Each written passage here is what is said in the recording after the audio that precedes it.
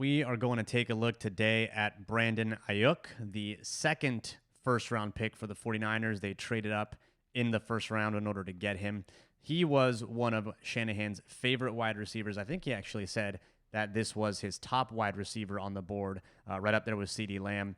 And it's someone that, honestly, when you roll the tape, you could understand why, because he brings a lot of fantastic things to the table, and he seems like he is custom built for the 49ers offense. We're going to take a look at 6 plays that show a little bit of his explosiveness, his yards after the catch, his play strength, but also what he can bring to the table as a route runner. So, David, let's take a look at his this first snap here. It's against Kent State in 2019, and we're going to start right out of the gate with him as an explosive runner and his strength after the catch. Yeah, I think that's absolutely where you have to start with him. So, I mean, we know that this offense wants to be able to produce yards after the catch opportunities, and they are just slowly adding guys to the roster on these skill positions that can make the most of those opportunities. So he's going to be down here at the bottom of the screen on this one. We'll kind of let it roll. And so not a whole lot going on, I mean, as far as like things to explain scheme-wise, but just you can see right away, right, just a simple play, just a little spot screen for him. And, you know, nothing but space here. You get a cornerback playing off, so they're just going to throw it over to him and hope he can make something happen, right? And you can see immediately, though, just how much he gets up, like how quickly he gets up to top speed, right? And can just kind of explode here and be able to make a guy miss, run through a tackle. And so you look at the power that he exhibits to break that tackle, but he sets up that defender so well after he's got that ball in his hand. I mean, I remember we saw this play the first time after we saw Jerry Jeudy do something very similar, where he's running outside, he sticks that foot in the ground, cuts right up field, breaks the arm tackle. I mean, that is setting up defender. It's running after the catch. It's awareness. And even then he's trying to get some extra yards after the catch. So solid play strength, great ability with the ball in his hands. Already Shanahan sees what he wants from a player when he gets the ball in space. Yeah, absolutely. And so I think we get to the next play here. Sort of a similar thing, right? So, I mean, he was used a lot in the screen game. And, you know, we talked a little bit about how there is a little bit of overlap with him and Deebo Sanders and some of the things that they can do. And I think that can be potentially a very good thing, right? I don't think they're, bordering on Crabtree, Stevie Johnson, Anquan Bolden type thing, where it's just you have a lot of guys that do similar things and you don't have a lot of explosiveness built in there. Like here you have 2 guys that can really kind of create on what are some just simple design plays. And so, again, he's here at the bottom of the screen. This one more of a design screen to get him the ball. And, again, it's just right there. That explosiveness as soon as he gets the ball in his hands, just how quickly he gets up to top speed. And this is just a lot of fun to see him doing some crazy things after the catch and make a big play. Yeah, he ran 4.5 at the combine, but he had a core muscle injury that probably slowed him down. He does not run on tape like a player who clocks in at 4.5. Not at all. He runs much faster, much faster, and he gets the top speed quickly. Run that back really quickly. Just the speed with which he catches the ball and immediately makes a move to cut upfield, right? He's up quick. Like he actually jumps up, and as soon as he hits the ground flat-footed, he is off to the races, and he blows by 2-3 people. He's running by DBs at this point. I mean, he's got great top-end speed. He can indeed take the top off of defenses. We'll get to his deep passes near the end of these breakdowns. But, yeah, if you can get him the ball in a screener in space, you can see something happen.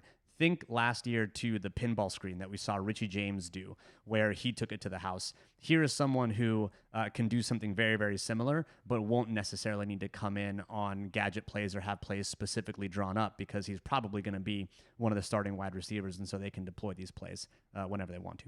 Yeah, and I think this last part here, right, is kind of an underrated piece when you talk about speed. It's not only like that initial part, right? So if we go back to the start here, both mentioned, this initial kind of quickness and acceleration to get up to top speed and kind of, cut through the defense there and make sure that this underneath pursuit isn't a factor.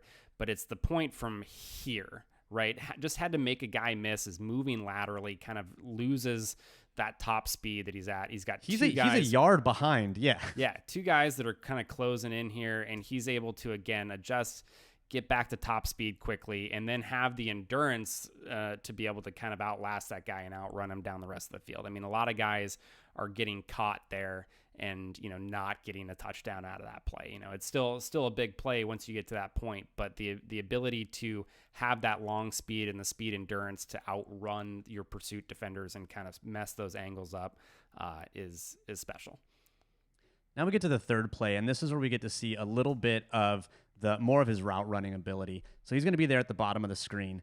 And you've got the Colorado team here in a cover 4 defense. And so you've got that corner who's got responsibility for Brandon Aiyuk at the bottom of the screen. He's going to run a glance route. This is something that you see often with RPOs. It's something the Niners do when they run their RPOs. And so it's a route that he is more than likely going to need to run at the NFL level with the 49ers. And he's able to make something explosive happen with this glance route as well. Yeah, so we let this roll here. And again, it's just another play where the explosiveness is at the forefront, right? So a lot of times, you see the ball's coming out here. He's down here at the screen, has a step of separation on the guy, but this is a throw that a lot of times this corner is going to be able to close. He's going to, it's a completion, but he's going to make the tackle, and it's going to be, kind of over for a 15, 18-yard gain. Positive play, but not this, right? So it's again, if we go back here just a little bit to see it in full, making that catch and being able to maintain that step of separation, right? Not allow that cornerback to close on him. Gets his shoe pulled off, as you can kind of see here on the end zone look at it. But yeah, it's just like his ability to take what would normally be, still a solid positive gain for your offense and turn that into a big play. They take it to the house. Like, that's the difference. And that's what that explosiveness brings from him.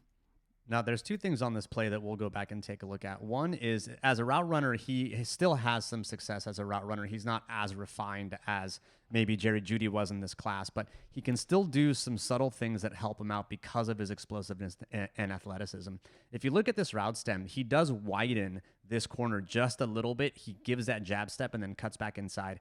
His ability to retain his speed through his cut is incredibly helpful here. He doesn't have to slow down or throttle down in order to commit to those speed cuts. And that means he gets to stay a step ahead.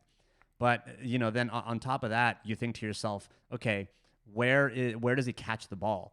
He's got a huge wingspan. He's got I think bigger wingspan than Eric Armstead, and he's got like a 1 inch shorter wingspan than Calvin Johnson. And so when you get to the end zone view, you can see him pluck the ball out of the air with those long arms and still stay at top speed.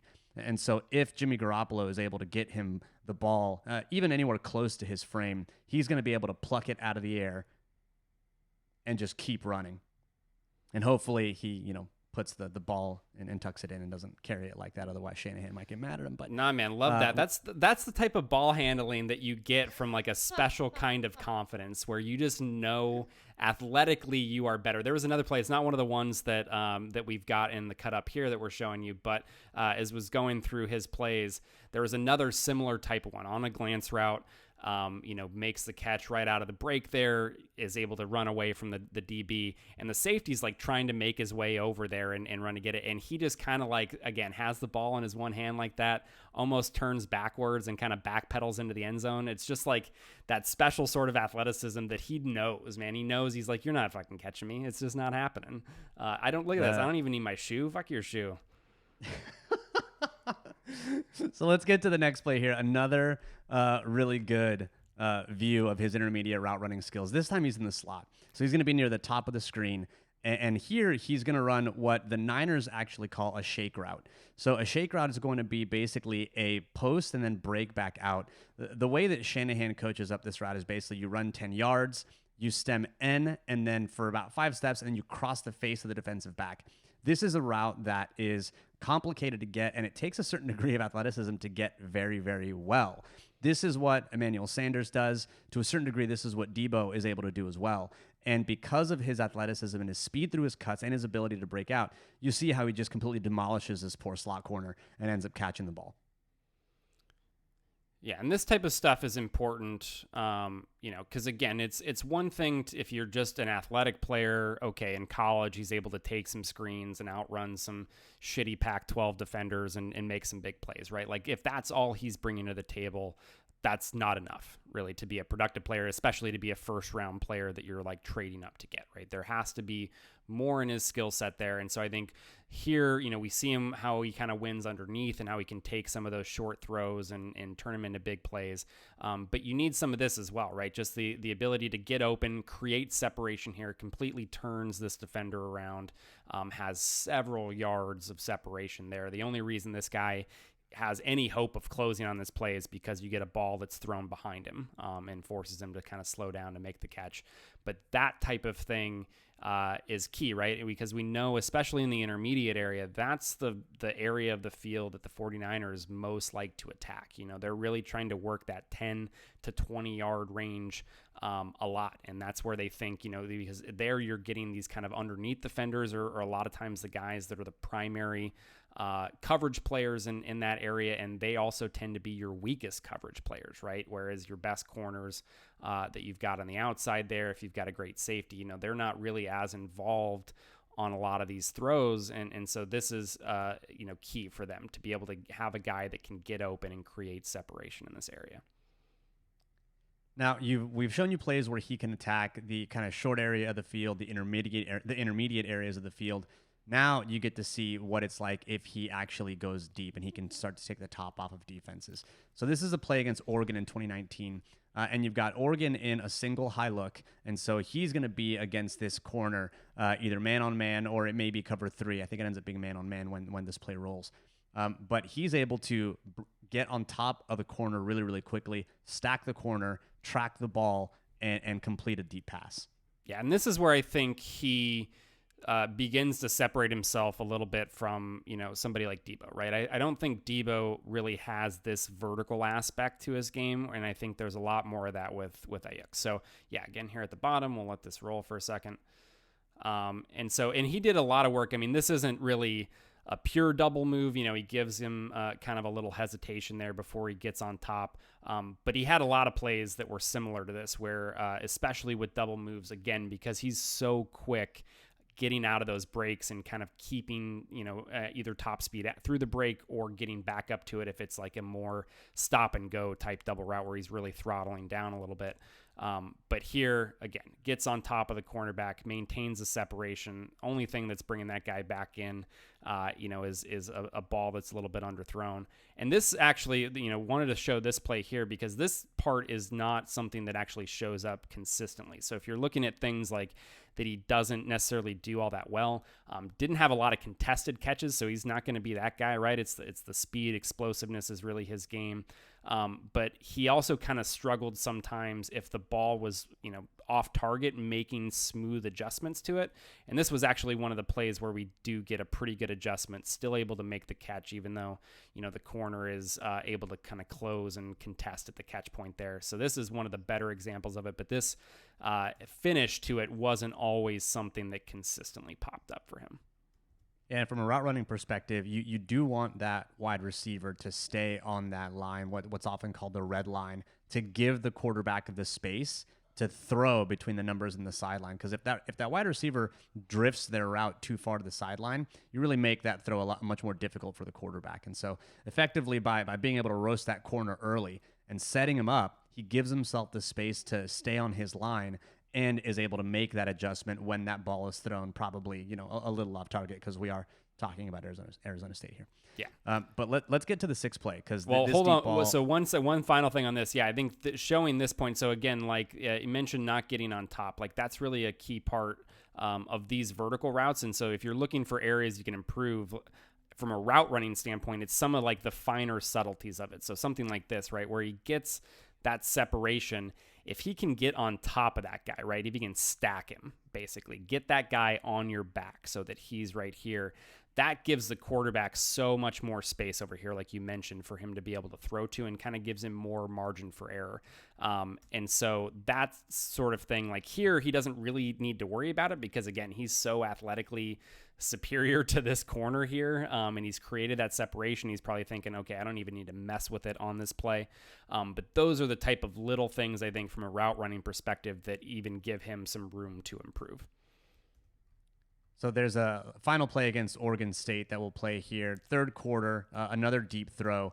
And this is probably one of the more fun plays that we see with Aiyuk, because you've got Oregon State in quarters. And in the quarters, you've basically got, again, similar kind of thing where the outside corner at the top of the screen is going to be responsible for that vertical threat. And this poor corner gets completely roasted.